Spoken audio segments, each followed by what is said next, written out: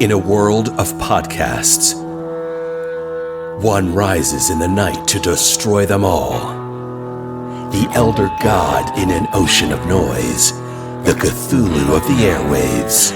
This is Spoiler Country.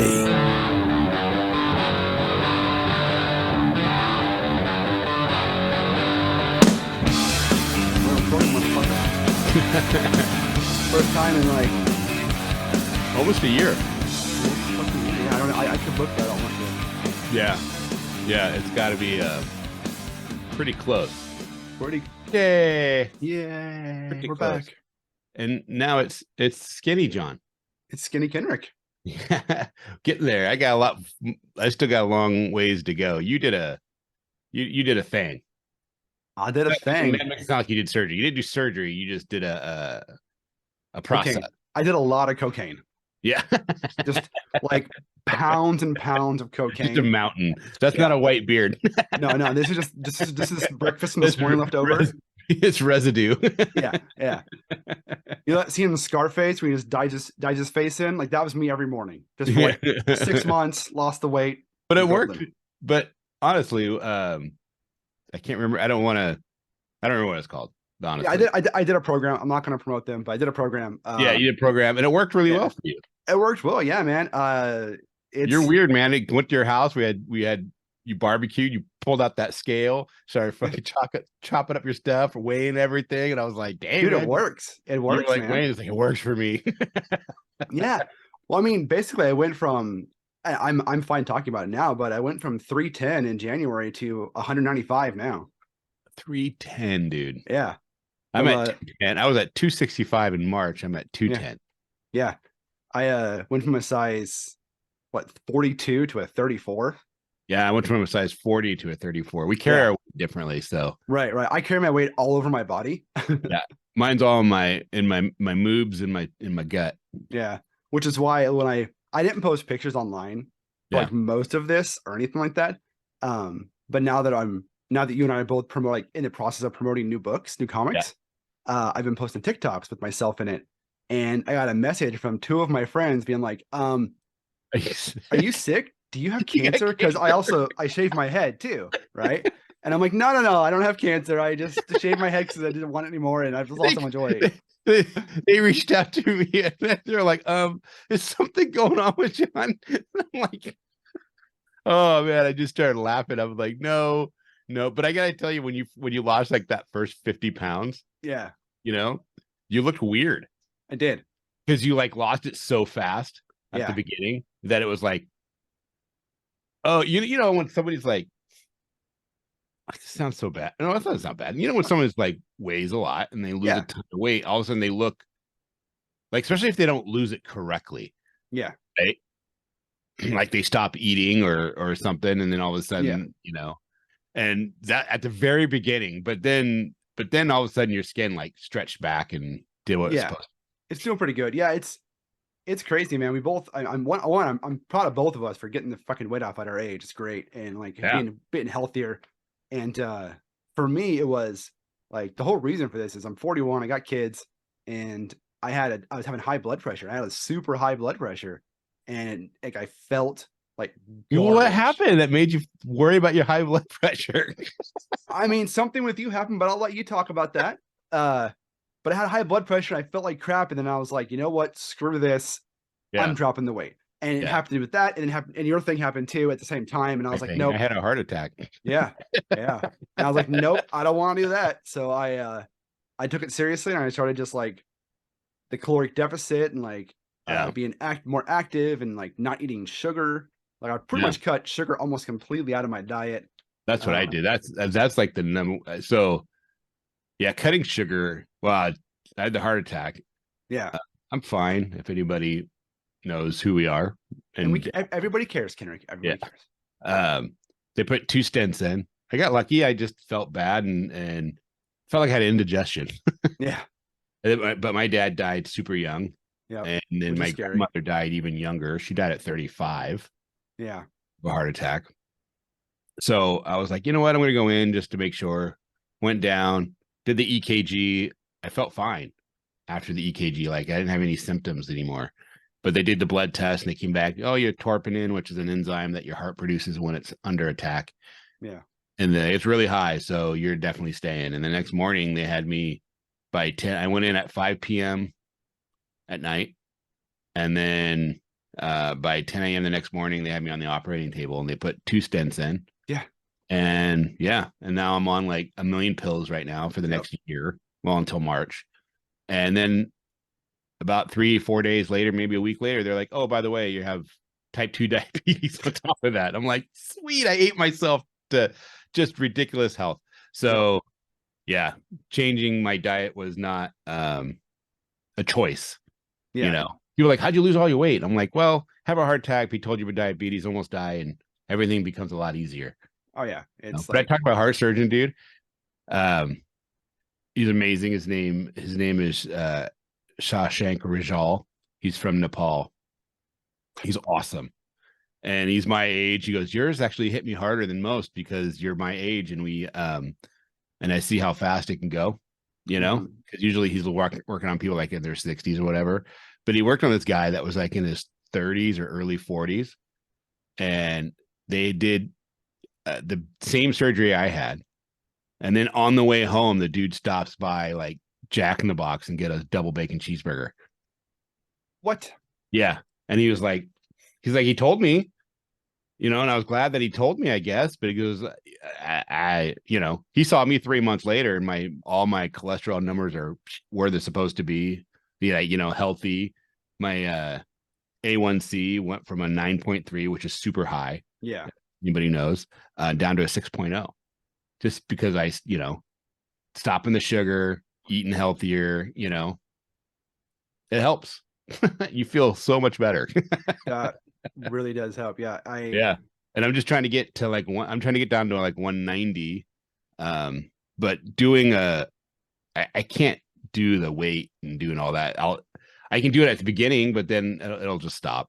I know how you know. Yeah. I don't know. It was hard at first, but really it's anymore. It's like just ingrained in my head of what I should be eating. Yeah. It's like no problem now. But I mean, I have so much more energy and I feel so much better every day than before. Awesome. Yeah. It's awesome. You know, what's funny though, is we started, I wrote, so I've been working on this book, Supernatural Baby Detective, and you guys and people are watching this or seeing this probably have seen some of the promos I've done. Maybe, I don't know. Maybe you have, maybe you haven't. If you haven't, you can go to my Instagram and check it out. Or TikTok. Or the TikTok. And but it's funny because I hired Ramses Sandoval. I know I said his name wrong. Right. We would say it in America Sandoval, but he's from the Yucatan. He lives in the Yucatan area of Mexico, and he says it. I have it so I can say it right. I said, "Tell me how to say it," because I hate saying it wrong. And then Johnny is coloring, and then we have we got the great Richard Starkings to come on and do lettering for us, which is crazy. But started this journey in February. Been working on the story itself for like, I don't know, 2 years, year and a half, 2 years. We talked about it on the show. Yeah. And then I started doing it, and yeah, I don't know. Anyways, finally, you know, wrote the initial script and hired Ram, started getting everything done, and then during the middle of everything, boom, had a heart attack in March. Yeah. The funny thing is I told you the night that it was going on, but it was like 2 days later. You're like, wait, it was real. You're like, no, it's fine. Then I find out from somebody else, you have a heart attack. I'm like, thanks for texting me, asshole. Well, I was in surgery. This is true. I'll give you that. But you're now doing better. Yeah, now I'm doing better. And now we got a lot of cool stuff going on. Yeah. Well, Kickstarter for Supernatural Baby Detective is just around the corner. Hopefully in September. If you'll let me, I'll show some pages for it for you. Yeah, let's do it. On my iPad. So I got like this is colors for page 1. Yeah. Which looks pretty good. Yep. I'm pretty happy with it. And then Kenric's been posting these all over his stuff too. But yeah, for the show here, there's that. And then probably one of my favorite pages that I'm allowed to show is that one. Yeah, that's cool.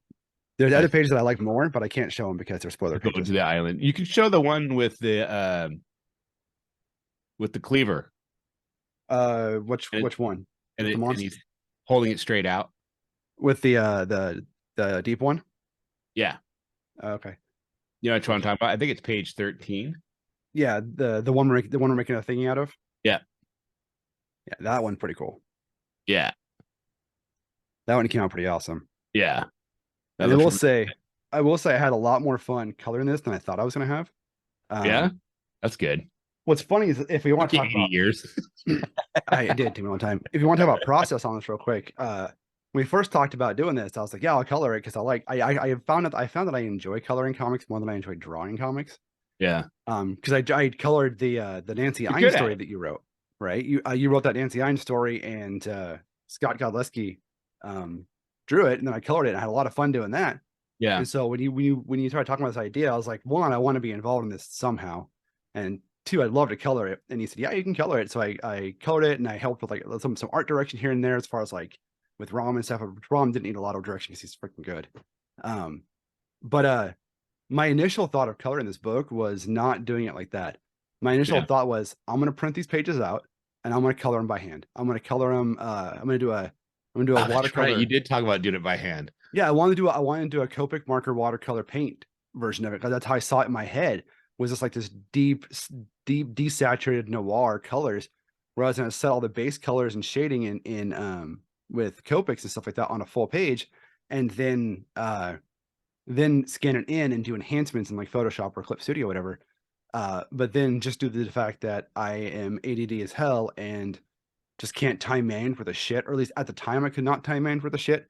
I was like, Kenric, if I don't do this digitally, it's never going to get done. Yeah. So I started doing them on the iPad, and then it did take me way too long to do this until once I got into a groove, though, I got pretty quick. But like the flatting didn't take very long, but I think for the next issue, I'm not gonna flat everything first. I'm just gonna flatten detail as I go each page. Yeah. Just finish the pages as I go. But I flatted all 24 pages first, then went back and detailed all the pages, which basically meant I was doing each page twice. You were so excited though when you figure out how to flatten them quickly. Yeah. Well, the first 4 or 5 pages I flatted the hard way because I hadn't done it in a long time. And I was like, oh, this is taking so long. And then I figured out a way to do it to where I could flat a page in like an hour or less. Yeah. Like shit. So I just zoomed through the rest of them, and then I didn't detail for a while because I'm a bad person. But then it also, the detailing too is like I was trying to figure out the style to detail it, because the first like 4 tries I was detailing the first page and doing different types of like detailing, like whether I was going to do like a realistic, more like shading with gradations, or like the hard lines, or like a combination of that. None of it looked good to me. It all came out looking like garbage. And then it wasn't until I got to the flatting on the page, and I don't think this is a spoiler, a page where Frank is holding a photograph. Yeah. On that page, I was working on the photograph coloring, and I was like, let me try something. And I detailed the photograph. That was the first thing I ever detailed, was that photograph on that page. Yeah. And I was like, oh, doing a 3-4 level coloring aspect is working. Hard lines, doing 3 to 4 levels of gradation of shading is working for this. So what I did is I ended up basically using that style, which is where I basically had 4 layers. Yeah. 3 for shadows and 1 for highlights. Shadows different levels, and did all my shading that way, and then all my highlights that way, and ended up working out really well. So then I was able to go back through all the pages and do them all that way. And once I got into the groove of it, it got to be pretty quick, and it's pretty. And I think it came out looking a lot better than I thought I was going to look at, because I have really bad imposter syndrome when it comes to creative stuff. For a while I'm doing it, I'm like, this is shit, this is shit, this is shit. No one likes this. Kenric's gonna hate this. He's gonna go. Yeah, good job, John. I'll tell you that to your face because you're my friend, but I'm really gonna have somebody else do this in the next issue and be done with you. And then when it came out, when I finished it all and I went back through it like a week later after I let my brain separate from the process of doing it, I was like, no, these actually look pretty good. Yeah, no, they look great. They look great. That's why I keep telling you that if you wanted to do a career in coloring, you probably could do it. Yeah. what's I'm funny not is saying that because you married my niece. I'm saying it because it's true. Well, our buddy Sumner said the same thing to me when I colored that thing for our Christmas special the first time. Yeah. Which is like, which means a lot to me coming from both of you guys. But I feel like a fraud because I don't really know color theory. I just pick whatever colors look best to my brain at the time. Yeah. And then just make them match. But yeah, I mean, I love it. I love actually I really do love coloring. It's so much fun. Yeah. Well, I get the same way when I'm going through the story. I'm like, is this shit? Yeah. Is this not good? Yeah, you should talk about your writing process for this book because it's been a journey for you. Yeah, well, the writing process, I don't think I do anything correctly or technically the way somebody who is college educated specifically on writing fiction does it. But is there a right way to write? I mean, there's no right way, right or wrong way to be creative. I don't think so. So what I did is I got a really giant whiteboard. Yeah. And then I saw the prices of what giant whiteboards. And I was like, oh, those things are expensive. So I went down to Home Depot and got a it's like a countertop. And oh yeah, you showed me that. It's pretty badass. Yeah, but it was like $15-20 for this 8-foot and it's all whiteboard on one side, you know? So I was like, awesome. And I hung that up, and then I literally just started like creating a flow of what I wanted. You know what I mean? I put out all my characters, and then just basically this, you know, started happening, right? This happens, and this happens, and this happens. And then that gave me some kind of a map. So, you know, basically I plotted it out. And then you know, it wasn't until I struggled with how do I write this out? You know, it's not a novel. Yeah. Right. And I don't think you can write it like a novel. No, you can't. Because the pacing will be different in a novel. Yeah, the pacing's different. And then it's more like a movie script. Yeah. And so I was like, okay, well, I started writing it out like a script, like a movie script. But that was confusing too, because I'm more of a visual learner. I need to see it. Yeah. Right. I mean, I have, you know, I'm okay reading it and then applying what I read. But when I'm writing out the process for this book, I needed to see the layout. Yeah. So then I was like, well, I have a corporate job, so I'm in PowerPoint all the time. So I was like, I'm just going to use what I know, you know? So I got into PowerPoint, and it was just funny because I was like, I'll just set up the page like an 8.5 by 11 page, or by the size of a comic book. And then I just used text boxes and made different layouts. And I had like 6 or 7 different layouts, and I would change them for every page. And then on the page, I'd go in and I'd start writing my script from page 1 all the way to page 24. And I'd put it, you know, and I would have my description of what's happening in the box, and then my dialogue, and then go through each one. And then I went backwards and wrote my script from that out. And, you know, it worked for me. It worked. I don't know if it's the way to do it, if that's what I should be doing. It works though. But it worked. And yeah, got some really good feedback from some people, and said, okay, well, cool. And then yeah, so that was my writing process, which is I think completely different. I don't know. I mean, maybe a lot of people. I mean, Neil Gaiman does have in his masterclass, because I watched the like the 20-minute free that he gave out. Yeah, and he talks about just getting paper and start drawing out your boxes and start writing to those. And that's basically what I did. I just happened to use PowerPoint. But I laughed because the first time I sent you the script, I didn't send you a script. I sent you a PowerPoint, and you're like, what the fuck is this? Well, honestly, I had never thought about doing that before. Like, because most of my writing, I'm a very visual person myself too. And I'm a very, oh, my camera just really changed on me. What the heck? Yeah, it froze for a second. What is going on?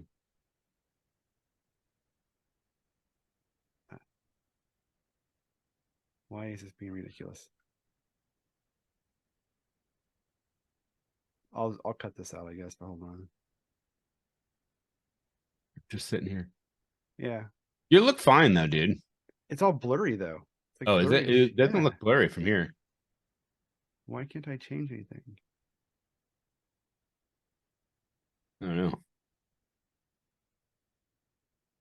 Oh, it's because it's.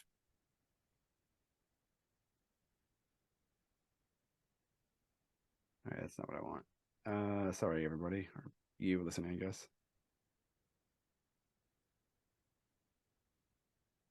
Why is this not letting me make any changes?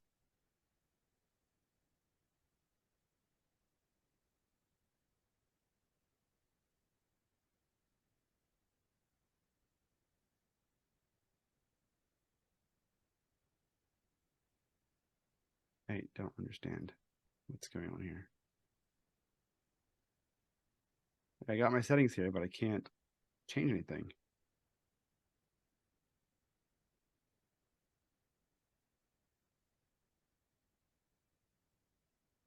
All right, whatever. I'll fix it later. I guess it's good enough for this, right?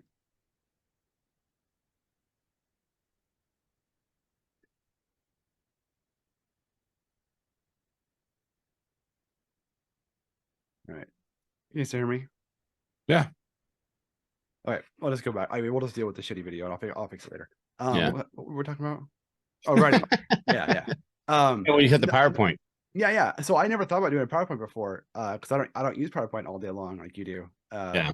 I may use PowerPoint not quite as that much, but it said to me, I was like, oh, this is a great way to do this visually and like kind of like map it out in your head. Because being an artist myself, when I write, I'm already mapping that out in my head, and I write that into my scripts usually. Well, if I'm writing a script for myself, I don't. What I kind of do, I kind of like just tell myself what to draw, very loosely, and then I write my scripts out. And then the way I work, I always write dialogue very loose and captions very loose when I write my first draft, and then I hone in my dialogue and my the storytelling once the art's done, right? Yeah.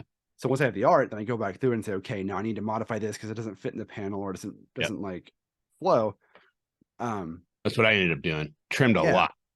Yeah, and it's you end up either cutting stuff out or adding in complete new stuff because you realize, oh, that scene's missing something. It needs an extra box or it needs one less box, whatever. But the PowerPoint thing, I was like, that's genius, especially if you want to say, okay, this is what I'm seeing in my head to the artist. Yeah. Take this and make it better with your vision or however you want to word it. But like, this is like how I'm seeing the page in my head, how I'm seeing the layout, which is a super cool way to go through, especially when you and I went through it the first couple of times where we did a table read with it. Yep. We did kind of reading it through that way kind of helped me as the person reading through it and like talking to you through it initially understand your thought process behind the pacing of the pages. Yeah. Because I think seeing it in the panels helps you understand the pacing of the page better than just reading in a script. Yeah. Well, it once I started doing it that way, it really all of a sudden everything just started flowing out. Yeah. You know what I mean? And I went right through the first and the second book. So the second book's already written. It needs to be edited, but it's already written, you know, and the third and fourth books are already plotted out. So it's like, okay. And that made my life a lot easier. Now I have like, you know, a bunch of stories in my head that I want to get out that I've always had a bunch of things in my head. Yeah. You know, that was one of the things that I was always pretty decent at was writing fiction. Yeah. So, you know, like I'm the one who told the ghost stories when in Boy Scouts. Nice. When we went, you know what I mean? Like, yeah, and you're a creative person by nature, and it shows in this book. And I'm super excited for people to read this book, The Supernatural Baby Detective. I mean, I know the holdup on it being released was totally me getting colors done. I'll own that shit, but I think the end result is going to be fantastic, to be honest. And I'm not just saying it because I'm a part of it. I'm saying it because I legit think it's good. But at the same time, though, you started working back on Jonly Nonly. I did. That's for people who don't know, Jonly Nonly is a webcomic that Johnny did back in like 2008. Yeah. For a while, and then now he's decided to revamp and redo it. What's the best way to describe Jonly Nonly for expectations? So I will answer that question with a quick description first, right? Jonly Nonly, the name Jonly Nonly comes from my actual name, which is just JN, my grandfather got a credit card in the 70s. And this is back when you would call in, you would get it over the phone, right? And he'd give you information. And his name was JN Senior. He was the first JN. And they asked him what his name was. And he said, my name is J only, N only, Horsley. And he got the credit card and it said Jonly Nonly Horsley. So the name Jonly Nonly comes from. I've never heard this. Yeah, that's the origin of the name Jonly Nonly. And then the comic came from the fact that one day Kaylee, my wife, your niece, and I were sitting around, and I was already doing web comics. I was already doing the White to See Out comic, which is gone forever. Looking at that when they wrote that out, they were like, "Look at this guy's name, right? Jonly Nonly." So she like drew like this really crude drawing of me and of my buddy Jeff, and called us Jonly Nonly and Jeffers, like because he made Jeffers be a ridiculous name like Jonly Nonly. And I took that and I was like, I can make this funny. And so I took her little drawings and I made in 2008, I made a new web comic called Jonly Nonly, starring Jonly Nonly and Jeffers. And then I did a couple of strips, but just using her like drawings as I'm like moving around in Photoshop as they are. And then she drew my friend Calvin as Calvarina. And then she redrew Jonly Nonly and Jeffers into a little bit better versions of it. Calvarina, such a slut. He is such a slut. He's an equal opportunity slut. He doesn't care who he has sex with. But I took her drawings and I took them into Illustrator and I made vectors out of them, right? Yeah. But so I'd have more control over moving them around and shit. And so I had Jonly Nonly, Jeffers, and Calvarina that were in the webcomic for a couple of years. And I would just tell jokes, and I would use it for like social commentary and some shit that was bothering me. And I'd tell a lot of just really dumb ass jokes. Like one of the first jokes is, what do you get when you cross a brown chicken with a brown cow? Brown chicken, brown cow. Like it's just stupid ass shit like that. And then there's other stuff in there too. And then you should do the joke I told Jack. Oh yeah. What do you get when Pillsbury Doughboy bends over? Doe's nuts. Doe's nuts. that actually would be perfectly fit into it. So I ended up around the time when Star Wars Force Awakens came out, I added a new character named Earth, which is based off my friend Nick. And the Earth comes from the fact that his Letterman's jacket in high school, his last name is Earp. But his Letterman's jacket, the P looked like an F, so we called him Earth. Yeah. So I added that guy. I added him specifically so I could tell Star Wars jokes. And then in 2016, I stopped doing webcomics completely, blah, blah, blah. But then I was like, I've got like 200 pages of this comic. I want to do something with it. So I ended up turning it into a comic book. And now the Jonly Nonly stuff that I'm doing now, I've created issues 1 through 8, probably on my 5th time now of going through them and redoing them completely. And now I'm done with that. But it's crazy because I've been like super who's the target audience of Jonly Nonly? Fuck, I don't know. Stoners, idiots. That's a great question. I don't know, because for the most part, I write Jonly Nonly and make it because it makes me laugh. Can I tell you something? I hate that question. Yeah. You got to figure out your target audience and you got to promote to them and you got to figure that out. You're like, anybody you ask about, how do I get my comic book out there? Just, to get it in front. Well, you got to figure out who your target audience is. And then you got to funnel everything towards that group. And it's like, what the fuck? How do I don't know. Yeah. I don't know who these people are. My target audience is who wants to buy the book. I don't know. Yeah. Yeah. Right. It's like, because I hate that question too, because my tastes are so eclectic. Like I like horror, comedy, sci-fi, romance. Like I like so much. I guess I'm the target audience for a wide genre of stuff. So I don't. Yeah, me too. I feel like a lot of people are that way. Yeah.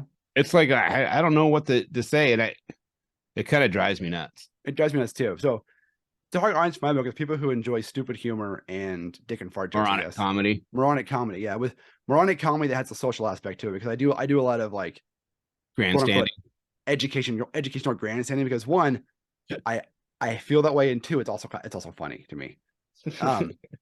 But back to your question, like I've got 10 issues done, like That's 10 crazy. 20 10. Well, it gets worse. I have 10 24-page issues done with this ridiculous vectorized copy paste, move things around, modify stuff with warping tools art that I did, telling these stories. But then I've also written 16 more issues. So I've got 26 issues of Jonly Nonly written, 10 of them done with my art style. I have. But then you had some other artists come on. Yeah. So issue 14 and 17 are done art wise by an artist named JB Benotes out of the Philippines. He's currently drawing issue 11. Issue 12 is being drawn by a guy who goes by the name Bang Art. I can't remember his name's Gabriel. Doing a great job on that. Issue 13 is being drawn by my buddy Greg Warrenchak, he's the guy who drew the short story The Black Hand in the Eins anthology. Yeah. He's drawing issue 13. But then JB Pinote is the guy who drew 14, 17, and doing 11 right now. I've gotten a really good relationship with him, and he's actually just going to draw the rest of them too. Oh, nice. So he's working, and he's fast too. I mean, he's finished 2.5 issues in like 3 months. But now they're going to be available first online as a download, right? Digital. Yeah. So issue 1 actually is, I don't know when we're going to release this episode, but issue 1 will release digitally on 8/2/2023, August 2nd on y2cl.net. It's already there to pre-order. So if you go there now and go to the store and go to it, you can pre-order it now and you'll get it the day it comes out digitally. But it's going to come out digitally. And then for the rest of this year, because I want to get to the new issues, issue 11 soon. Yeah. For the rest of this year, I'm releasing issues 1 through 10 every 2 weeks digitally. So nice. The 2nd, the 16th, the 8th, whatever 2 weeks after that is, I'll be using 1, 2, 3, all the way through 10 in December. So by January, the first Wednesday in January, I'll be releasing issue 11, which is the new one, which is going to get a physical and a digital release at the same time. Oh, there you go. Yeah. The 1 through 10 will be digital. 11 will be 11 on will have a physical component. Yeah, and eventually, are you going to run a Kickstarter on 11? I'm thinking about it. Yeah, I'm thinking about by January, I'll have people will know about it a little bit more because I'm promoting it on TikTok and Twitter and Instagram and everywhere else, and I'll have 6 months of promoting this book or 5 months of promoting these books, and I'll do a Kickstarter or I'll do something to support it, crowdfund it. And I'll eventually print physically 1 through 10 as well. I might do a short run of individual issues, and I'll just do like a collected book of issues 1 through 5 and 6 through 10 as well, because I want to have them at conventions that we're going to do to sell, right? Yeah. But I figured to start, I'll just make them digital because it's cheap, it's super easy to do, and I can get them out there, right? Get them done. And that's what I want to do. And then yeah, that's what's going on with those. I mean, I got a lot more stuff going on that I'm working on. I have a lot more comics scheduled to release next year, of different series. But right now, my main push is getting the Jonly ones out there and getting them done. And I got to say, I don't think people are ready for issues 11 on once they look at issues 1 through 10. To be honest, like it's a huge. I always feel bad when you send me the scripts and you send me the stuff, and I'm like, I don't get it. Yeah, I don't know what to say. It's definitely they're I mean, it's crazy. creative. You're having a lot of fun, and that's the best thing about it. You're having fun with this. Oh yeah, and it's like it's crazy. I mean, there's a lot of fourth wall breaking. There's a lot of like the characters are self-aware that they're in a comic book. The characters, like, I'm in the comic, like I interact with the characters in the comic. Right. The artist, the artist, like JB, he interacts with the characters too. Like there's spots where he's like legitimately talking to Jonly Nonly, like on a page, like a photo of him. The best story, dude. What? Your granddad getting a credit card. Oh yeah. That's in one of the issues too. I talk about that in one of the issues too. But yeah, and it's crazy. It's ridiculous. It's like it's like the ADHD nightmare of like randomness. Like one of the issues, issue 17, there's a 3-page music video in the issue, which doesn't make a lot of sense for a comic book, but it worked in the context of the issues. And it's a music video in the comic book. I mean, issue 13, I'll tell it here. Yeah, I'll tell it here because it's not a spoiler, but issue 13 ends in a rap dance battle. It's an army issue, takes place during a wartime, and the two sides fighting the winner of the war by facing off in a rap dance battle.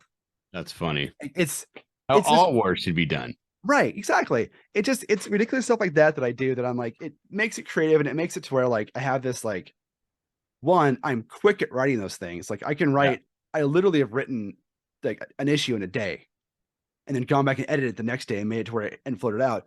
And I can write them so fast because I know these characters so well, and I write them and then I get them off to the artist and then I get them back, then I rewrite them and add more stuff to them and make them make sense. Well, Yeah. I make them make as much sense as the Jonly Nonly comic can make, right? It's ridiculous. But yeah, it's a lot of fun. And then That's all that matters. yeah. And I've got other comics coming out. Like I got my inanimate comic coming out next year. I've got Sergeant Blinky coming out next year.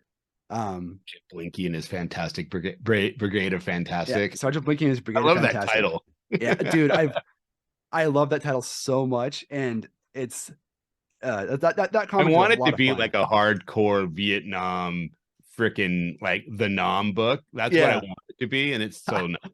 It's not. It's not. I thought about like so that comic is done with Army Men toys. It's stupid. It's photos, Army Men toys moved around, Photoshop ridiculousness. I thought about like, so I've got 3 issues of that series planned out, like outlined out. I have thought about doing this for fun, making it 5 issues total. 1, 2, and 3 being Army Men, like ridiculousness. Issue 4 being hardcore, serious, dark war story with dark war artwork, and issue 5 back to Army Men, just to fuck with everybody. But I'll see if I can do it. I'll see when I get to it if I do that or not. Because right now all I've done is I've outlined it, the series, and I'm not gonna start working on that until I finish. Until I have Jonly Nonly 1 through 10 released, and then the next couple issues ready to go, and I have Inanimate 1 and number 1 and 2 done because Inanimate is the first other comic coming out next year, and then Blinky will come out later in the year next year sometime. There you go. And then I have comics coming out in 2025 already too. I've got. I showed you my list. I got so much shit planned. If I actually do it, it's gonna be crazy. Yeah. Oh, we got some other ones planned too. Oh, we do. Yeah. Yeah, the Rider of the West that we mapped out on a previous show from a couple years ago.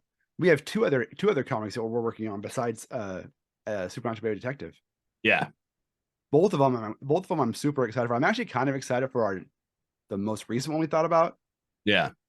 Than Rider of the West. Probably because it's more recently in my brain. Yeah. But I've been making notes on that one because it sounds pretty awesome. I'm terrible about sharing writing. I'm terrible about it. Like if I write something out and then I know that, you know what I mean? So this last one, I came up with the idea, gave you the premise of everything. I said, now go write it. Yeah.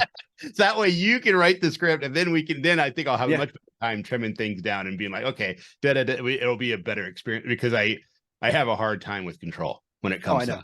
I know. So it's like, okay, well, I know that, so I don't want to be the asshole when it comes to that kind of stuff. Yeah, and I'm totally fine with taking this one, writing on the script for it, and the outlines in the script, and then going back over it with you and making changes. It's totally cool. I'm fine with that. And I think it's going to be good. It's a great concept you come up with. It's a great concept that you and I hashed out after you talked to me about it. And I think once we have Supernatural Baby Detective under wraps and out there, and we do this one, you can almost make it in the same universe too. We could keep it connected if we wanted to. Dude, it really could be connected. Yeah. And actually, Rider of the West could also be connected. Yeah. They could all be connected. Connected universe would be kind of cool. Because they're not similar really in any way, but they all have the same kind of back end tone to them. Anything that I'm terrible about. I'm not terrible, I guess. I don't know. I just love that genre. Oh, me too. The supernatural horror type psychological stuff. I love that. You know, that's what Supernatural Baby Detective. I came up with that name first on some podcast on some episode we were talking. It made me laugh. And I was like, oh my God, that'd be hilarious. And then I started writing it out, and it just became more serious as I was writing it out. But then it's still so ridiculous at the same time. It's, the first one is much more, the first book is much more, I don't know. You can't really say serious, but it's more it's that noir feel.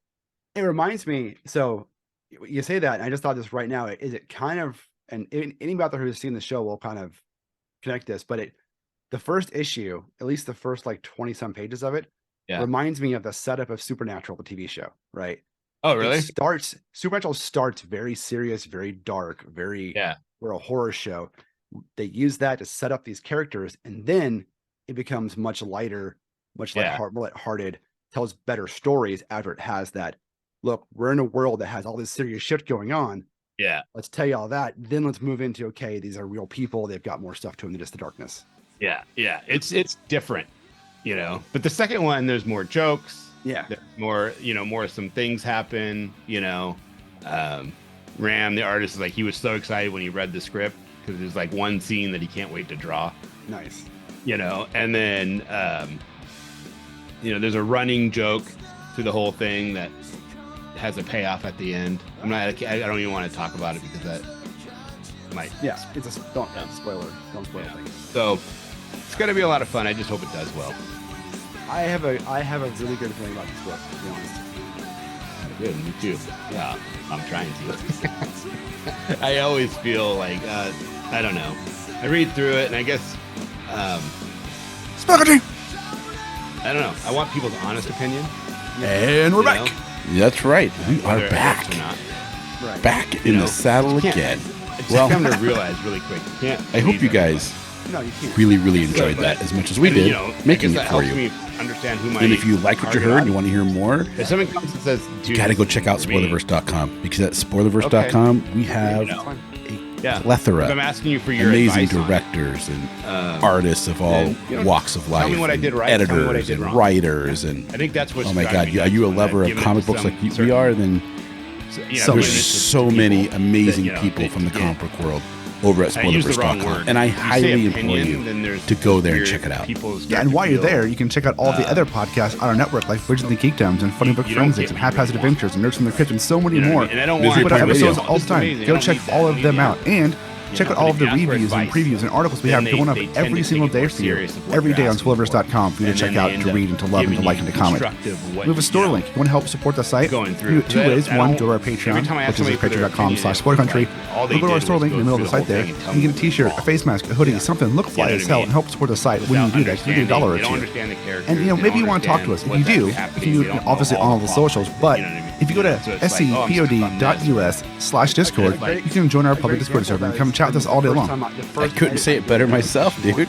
Yeah. There you go. You just mouthed out a ton of information at you like once, any of it? and Yeah. really, Because I hope you guys when I was enjoy what going you're through it, hearing, the only 'cause thing I thought we're about working was our I butts wanted off to to make bring notes it to on you. things that- We are. Not that We I are. want you to I make guess there's only changes, one but left thing. something that I would have One done left thing. Yeah. Yeah, I'm gonna go with The way it. There's that only I one read, left thing left to do. that after you pointed out What's was, that?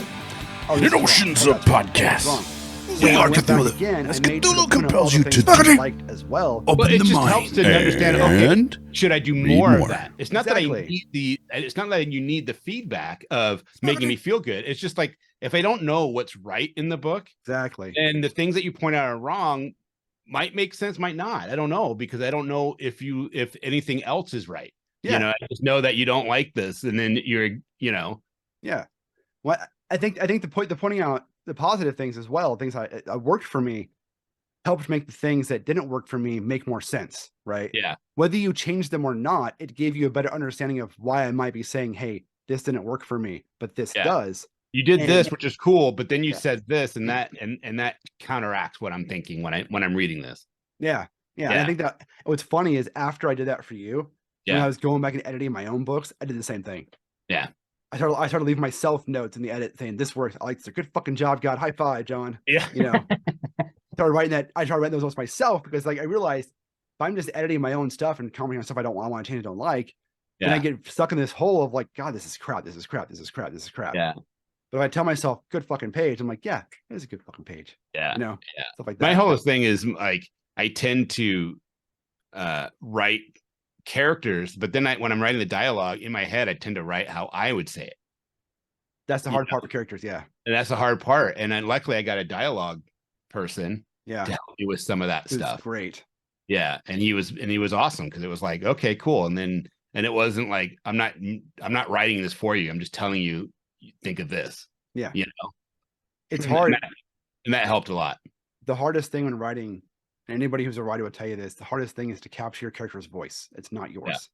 Yeah. And it took me a long time to learn that. And I don't know if I'm good at it yet or not. But if you go back and read a lot of my early stuff from 03 to 2010, 2012, the Y2CL stuff that I've destroyed, nobody can ever read. Right. It's not really destroyed, but I'm not ever going to publish it because it's garbage. I still got the Y2 Christ Light book, so I know, which one of the lucky ones because I've taken that book down. You can't buy it anymore. Well, I don't know about lucky, but yeah. You told me you liked the guy who was masturbating all the time. I did like it. I was like, this is cool, man, because it was a freaking full-on graphic novel. Yeah. But I realized if you read that, a lot of the characters have the same voice. They're all talking from the same place. There's not a lot of variance in the characters. Like there's I said out of like the 12 characters in the first like 2 books of that series, there's like 4 voices. And that's it. Yeah. And a lot of them are the same. Well, it was like, for instance, when when the nurse asked Fred to cut the umbilical cord. Yeah. And you're like, he doesn't want to cut the umbilical cord.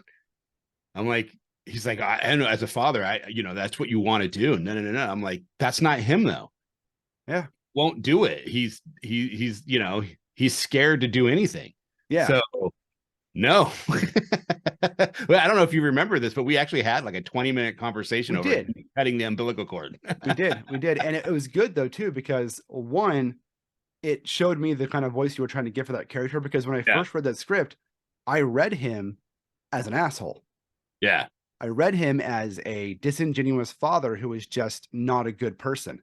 Yeah. But that's not who you're trying to make. And we talked it out and you rewrote some stuff.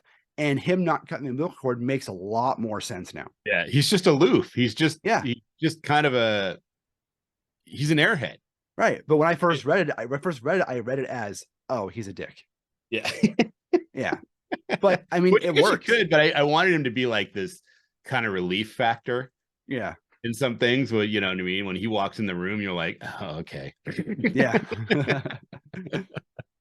So I gotta go. Well, yeah, we're good. We talked about our books and I'm happy. Yeah. So we get this in the can, as we like to say here at Spoiler Country. And I guess we're back. One thing to note, things are drastically changing. We will still have some interviews. We'll still have Melissa will still be doing stuff. Renee will still be doing stuff.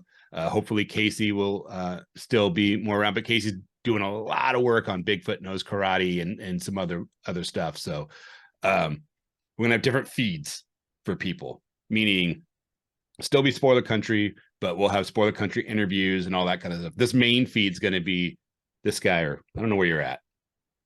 That way. That guy and me, myself, talking, doing a lot more what we like to call tots, which is the tangent of tangents. And really we are going to get more into producing and publishing our comics, because we don't think we're gonna make any money off of it. So that's not why we're doing it. We just love it. We have fun with it. We love telling stories. I mean, we want to make money for sure. Yeah, sure. I mean, that's always that'd be a great benefit, but that's not why we started. And so spoilerverse.com is coming with a revamp, and we're going to be publishing more books. And should we announce our imprint? Yeah. So we're having an imprint where all our comics are going to come out under Spoilerverse Comics. Yep. And you'll be able to get all of our comics at spoilerverse.com, as well as the podcast will be there. The website's going to be very, very simple. It's going to be based on it's going to be primarily focused on the comics that we make, which Super Interview Detective, Jonly Nonly, Iron's Anthology, all the other stuff that Kenric and I are working on, with links out to this podcast, Spoiler Country, and links out to Spoiler Country interviews, which is going to have all the historical interviews we've all done with all the creators, and any future interviews that we do will go on that feed. If we have somebody come on that just shoots the shits and talks to us about stuff, that'll be on this feed. But if we're interviewing them about their book, their creative stuff, that's going to go on the interviews feed. And we're going to keep those two distinctly separate, because we've realized, thanks to Dennis, Karen, and some other people, that we have fans or listeners of each, but not necessarily of both. Yeah. Some of both, but mostly of each. People who love this format of the show and people who love the interview format of the show. And I don't want to force the listeners of either one of them to have to be subjugated to both if they don't want to. Yeah. Since it is kind of two different shows, you know. You'll watch this now. Yeah. All right, dude. All right, man. I will talk with you soon. Peace out. Spaghetti. And we're back. That's right. We are back. back in the saddle again. Well, I hope you guys really, really enjoyed that as much as we did making it for you.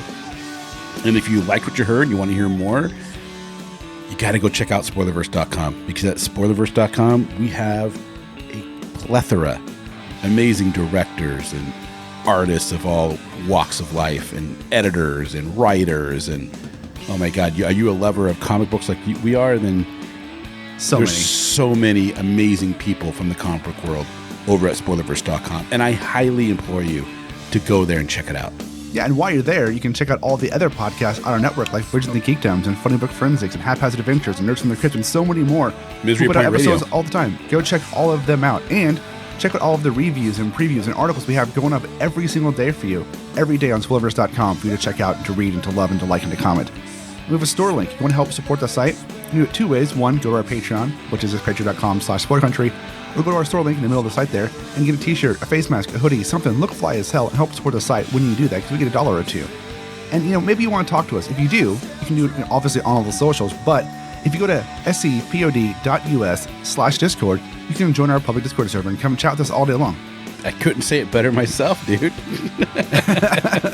There you go. You just mouthed out a ton of information at once, and really, I hope you guys enjoy what you're hearing, because we're working our butts off to bring it to you. We are. I guess there's only one left thing. Yeah, I'm gonna go with it. There's only one left thing left to do. What's that? In an oceans of podcasts, we are Cthulhu. As Cthulhu compels you to Open the mind and read more. Spaghetti.